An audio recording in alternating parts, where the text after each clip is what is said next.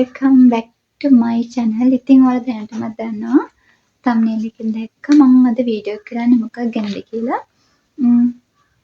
අද මම කරන්නේ hospital bag එකට ඕන කරන දේවල් වගේම ඊට අමතරව ඔයාලට hospital එකේ ඉතිවට ඕන කරන දේවල් වගේම ගෙදර ආවම බබාට ඕන කරන දේවල් කියන තමයි මම අද හදන්නේ.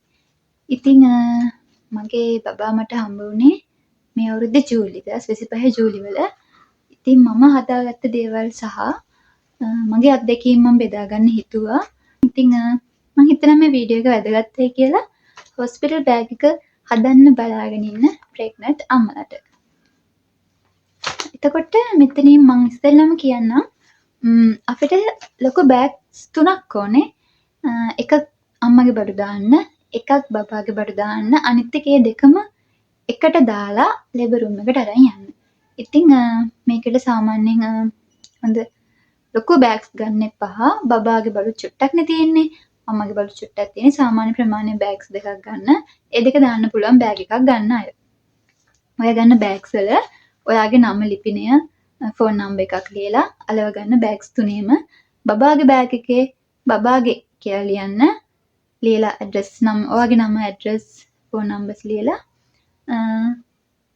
අම්මගේ බෑග් එකේ කියන ඔයාගේ බෑග් එකේ අම්මගේ කියලා ලියලා නම, ඇඩ්‍රස් ලියලා ෆෝන් නම්බර් එකක් දාන්න. අපි බලමු මොනවද හොස්පිටල් බෑග් එකේ බබාගේ ලේබර් රූම් එකට අරන් යන්න අපි ගන්න ඕනේ කියලා බබාට අවශ්‍ය කරන දේවල්. බේබි ගවුන් දෙකක් දාගන්න. එතකොට බේබි නැපි 4ක් විතර දාගන්න. පැනල් එකක් දාගන්න.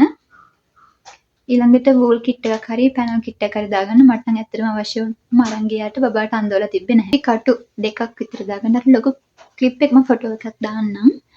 නැපි කටු දෙකක් දාගන්න. එකනි කටු එකක් දාගන්න. මම නම් දෙකක් අරන් ගියා. මොකද තේරුමක් නැහැ. ඉතින් ඒ වෙලාවට මේ කැඩේද දන්නෙත් නැහැ කියලා මම දෙකක්ම දාන්න ගත්තට ඉතින් එකයි ගත්තේ. ඔය ටික තමයි බබාට ඕන කරන දේවල් වලට. ඔය ලේබර් රූම් එකට අරන් යන්න ඕනේ. ඊට පස්සේ අම්මගේ බෑග් එකට දාගන්න. මේ හැමදේම හොස්පිටල් එකෙන් හොස්පිටල් එකට වෙනස් වෙනවා. ඉතින් මීට අමතරව සමහර දේවල් ඇඩ් වෙන්න පුළුවන්, සමහර දේවල් අයින් වෙන්න පුළුවන්. හැබැයි ඉතින් මෙතන එහෙම අයින් වෙන්න දෙයක් නැහැ. මම මේ පොදුවේ අවශ්‍යම දේවල් ටික තමයි ඔයාලට කියලා දෙන්නේ. ඊළඟට අම්මගේ බෑග් එකට මේ දේවල් දාගන්න. පාට බෙඩ් ජැකට් එකක් දාගන්න. පාට චීත්තයක් දාගන්න. මේ පාට කිව්වම ටිකක් ලා පාට එකක් ගන්න. ලා පාට වල තැඹිලි පාට වගේ පාට ගන්න එපා. මොකද ඔයාලට බ්ලීඩ් වුණාම පේන්න පාටක පේන්න ඕනේ බ්ලීඩ් වුණොත් හදිස්සියේ. ඉතින් මේ ඒක නිසා ලා පාටක් චීත්තයක් ගන්න. සුදු පාට බෙඩ් ජැකට් එකක් ගන්න, සුදු පාට චීත්තයක් ගන්න. ඔයා normal delivery ගියාට emergency සීසර් කරන්න වේද දන්නේ නැහනේ. මටත් උනේ මම normal delivery තමයි අන්තිම මොහොත වෙනකන් මම ලේබර් රූම් එකටත් ගියා. ලේබර් රූම් එකට ගියත් මට අන්තිමට emergency C section එකකින් තමයි මම බබාව ගත්තේ. ඒ නිසා මේ සුදු පාට බෙඩ් ජැකට් එකයි චීත්තයි අනිවාර්යෙන්ම බෑග් එකට දාගන්න. ඊළඟ බ්ලේඩ් එකක් ඕන කරනවා. ලූප් පැකට් එකක් දාගන්න. ඒක අඳින්න රෙදි පටියක් දාගන්න. ඊට පස්සේ ලොකු shopping bags දෙකක් වගේ දාගන්න. ලොකු ඒවා දෙකක් දාගන්න. ඊළඟට පරණ චීත්ත කියන්නේ චීත්ත පළු තියෙන්නේ. ලොකු චීත්ත දෙකට පලන්නේ. يعني සාමාන්‍ය චීත්තයක් දෙකට කපලා ගන්න. අලුත් මේවා නම් අවශ්‍ය නැහැ. ඒවා පරණ චීත්ත මම පළු 8ක් විතර අරන් ගියා. මට ඉතින් අවශ්‍ය වුණේ නැහැ. නිසා මම ඉතින් හොස්පිටල් එකට දීලා ආවා. normal delivery යනවා නම් අනිවාර්යෙන් අරන් යන්න. ඊට අමතරව බෑග් එකට දාගන්න ඔයාලගේ මැරේජ් සර්ටිෆිකේට් එක. එතකොට දෙන්නගේම බර්ත් සර්ටිෆිකේට්, ඔයාගේ හස්බන්ඩ්ගේ බර්ත් සර්ටිෆිකේට් දෙක, ඊළඟට දෙන්නගේම ID කොපිස් දෙක. මේවා ෆයිල් එක දාලා මේ එකක් බෑග් එකට දාගන්න. මේක දාගන්න ඕනේ අම්මගේ බෑග් එකට. ඊට පස්සේ මේ ටික තමයි ප්‍රධාන වශයෙන් ඕන කරන්නේ මේ බෑග් එකට. එතකොට මම අර කලින් කිව්ව මේකෙත් හොස්පිටල් එකෙන් හොස්පිටල් එකට වෙනස් වෙනවා. ඉතින් මම මේ කියන්නේ පොදුවේ. මම අරන් ගිය දේවල් සහ මේ දේවල් අනිවාර්යෙන් අරන් යන්න ඕනේ. ඒක නිසා ඔයාලගේ ඔයා යන හොස්පිටල් එක පුළුවන් නම් හොයාගන්න බලන්න. ඉතින් මේ දේවල් අනිවාර්යෙන් හදලා තියාගන්න. මේ දේවල් ඕන වෙනවා. එතකොට මේ බබාගේ එකයි අම්මගේ බෑග් එකයි දෙකම දැන් එක බෑග් එකකට දාලා ඒ බෑග් එකේ අර මං කිව්වා වගේ නම, ඇඩ්‍රස්, ඔයාගේ ෆෝන් නම්බර් එක ලියන්න එපා. හස්බන්ඩ්ගේ හරි ගෙදර කාගේ ෆෝන් නම්බර් එකක් ලියලා දාන්න. මොකද ඉතින් ඔයාගේ අතේ ෆෝන් එකක් නැහැනේ. හදිස්සියක් වුණොත් ඔයාට ෆෝන් එක අරන් යන්න බෑනේ අතලට. ඉතින් ඒ නිසා හස්බන්ඩ්ගේ හරි අම්මගේ හරි කාගේ හරි ෆෝන් නම්බර් එකක් ලියලා තියන්න. ඊට අමතරව ඔයා දැන් හොස්පිටල් එකේ ඉන්නේ. ඔයා හොස්පිටල් එකේදී මේ දේවල් අරන් යන්න. මම ඔය කිව්වේ ඔයාගේ අර ලේබර් රූම් එකට අරන් යන බෑග්ස් දෙකට අවශ්‍ය කරන දේවල්. ඊට අමතරව ඔයා හොස්පිටල් එකේ ගිහලා අඳින්න බබා හමුනට පස්සේ අඳින්න චීත් අරන් යන්න. මේ හැම චීත් එකක්ම ලා පාටින් අරන් යන්න. තද පාට ගන්න එපා. බෙඩ් ජැකට්ස් අරන් යන්න 3-4ක් වගේ තිබ්බනම් ඇති. මට චීත් නම් ඇත්තටම ගොඩක් අවශ්‍ය වුණා. මේ මම ගෙදරනොත් ගෙන්න ගත්ත චීත් මට මදි වෙලා. බබාට නැපි ගවුම් අරන් යන්න. සාමාන්‍යයෙන් මම 18ක් ගත්තා. මම ඉතින් ඔක්කොම දාගෙන ගියා. ඇත්තට මෙච්චර අවශ්‍ය නැහැ. නැපි ගවුම් එච්චර ගන්නත් එපා. බබාට අඳවන්න බෑ ඉතින් ගොඩ කාලයක්. චූටි දවසක් තමයි යාට ඒ ගවුම් අඳවන්න පුළුවන්. ඒ නිසා ඉතින් ගොඩාක් ගන්න එපා නැපි ගවුම්. කින් ටිකක් වැඩියෙන් ගන්න. මොකද පොඩි සයිස් එකකින් ගන්න එපා. අර 18යි 18 ඒක ඇත්තට මදි ටික දවසක් යද්දී. ඉතින් ලොකු සයිස් එකකින් බලලා ගන්න. එහෙම නැත්නම් ඔයාට කඩෙන් ගන්න බැරි නම් ඔයා රෙදි තියෙනවා අරන් ඒව අරන් කපලා ඔයාට අවශ්‍ය ප්‍රමාණයට හදලා මහ ගන්නත් පුළුවන්.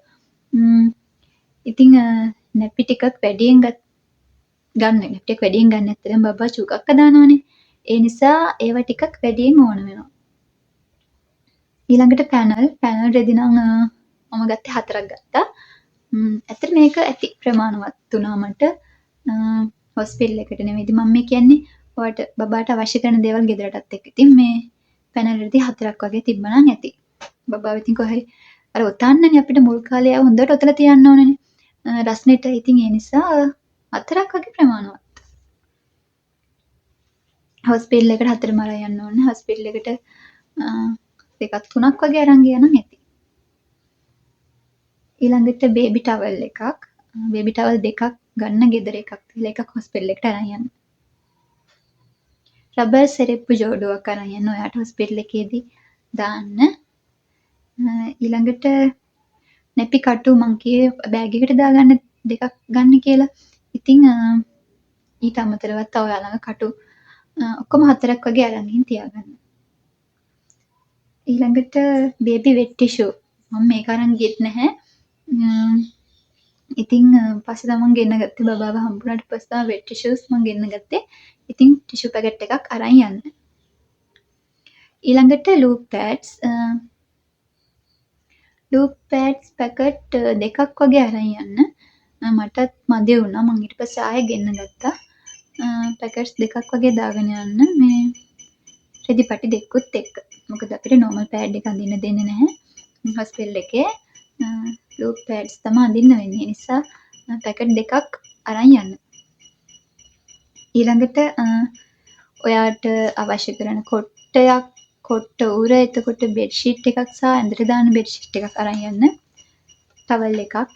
එතකොට ඒ අවශ්‍ය කරන දේවල් දත් බුරුසුවක්, දත් බෙහෙත්, එතකොට සබන් පෙට්ටියක්, සබන් අරන් යන්න. එතකොට ඒ දේවල් අරන් යන්න. උණු වතුර බෝතලයක් අරන් යන්න. බබා හම්බුනට පස්සේ අපිට යාව තියෙන රබර් ෂීට් එකක් ඕනේ. රබර් ෂීට් එක වගේම නෙට් එකකුත් අරන් යන්න. මේක නම් නෙට් එක නම් බබා හම්බුනට පස්සේ ගෙන්න ගන්න ගෙදර කාටද කියලා කලින් අරන් යන්න අවශ්‍ය නැහැ. ඊළඟට උණ කටුවක් අරන් යන්න. ඔයාට ඉතින් ගියාට පස්සේ තේ හදලා බොන්න, කිරි හදලා බොන්න ඒ අවශ්‍ය කරන දේවල් පොඩි පොඩි කප් වලට දාලා අරන් යන්න. තේ කොළ, සීනි, කිරි පිටි වගේ දේවල්. shopping bags ටිකක් අරන් යන්න. මොකද බබා හම්බුනට පස්සේ බබාගේ කිරිටි ඇඳුම් තියෙනවනේ. එතකොට චූදාපු ඒවා, බබා කක්ක දාපු ඒවා දෙක මේකට දාන්න බෑනේ. එතකොට ඔයාගේදී දාන්න. ඒ නිසා shopping bags ඒ කියන්නේ මොනවා හරි ඒ වගේ දාන්න පුළුවන් bags ටිකක් shopping bags හොඳයි. ඉතින් අපිට එහෙම මේවන්න පුළුවන්නේ. ගෙදරින් එන කෙනෙක් අතේ. ඒ නිසා ඒ bags ටිකක් අරන් ගිහලා වෙනම දාගන්න. මොකද ඇතුළේදී හොදන්න බෑනේ. ඉතින් ගෙදරටනේ අපි යවන්නේ ඔක. ගානක් කෝප්පයක් කෑම ගන්න අරන් යන්න. හැන්දක්. ඊළඟට බබාට ඕන කරන ප්ලාස්ටික් බෝල් එකක්.